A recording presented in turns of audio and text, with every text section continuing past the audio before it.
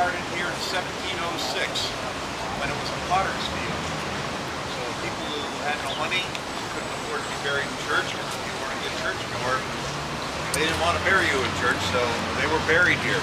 Many of them.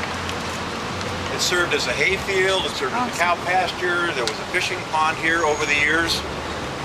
And at one point it was a revival area for slaves who used to come here 2 or 3 times a year, hold a revival, and they worshiped the sleeping dust below because they knew that there were a lot of dead folks that were buried here. In 1776, the first Revolutionary War casualties started showing up.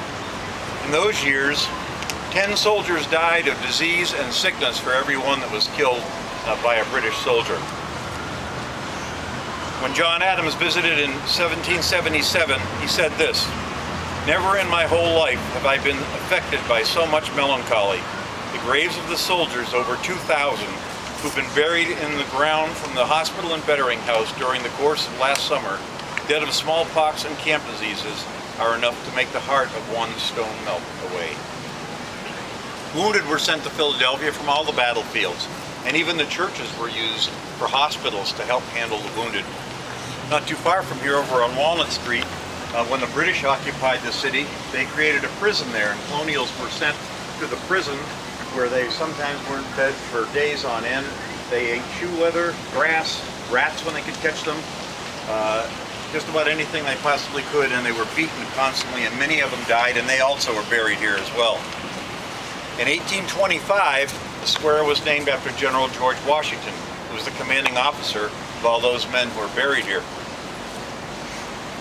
You look around at some of the messages carved on the walls. One out here I thought was very appropriate.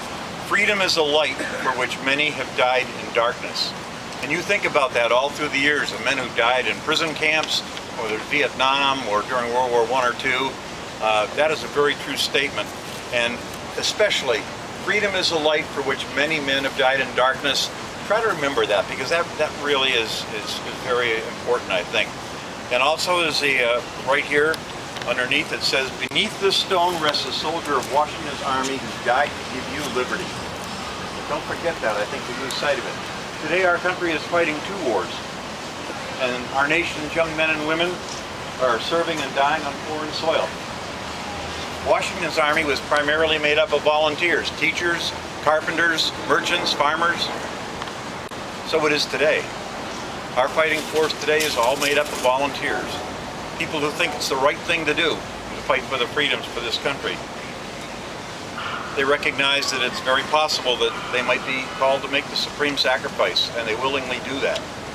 Think about that. That's really hard to comprehend sometimes, I think. America's finest came forward in 1776, and they do it again today.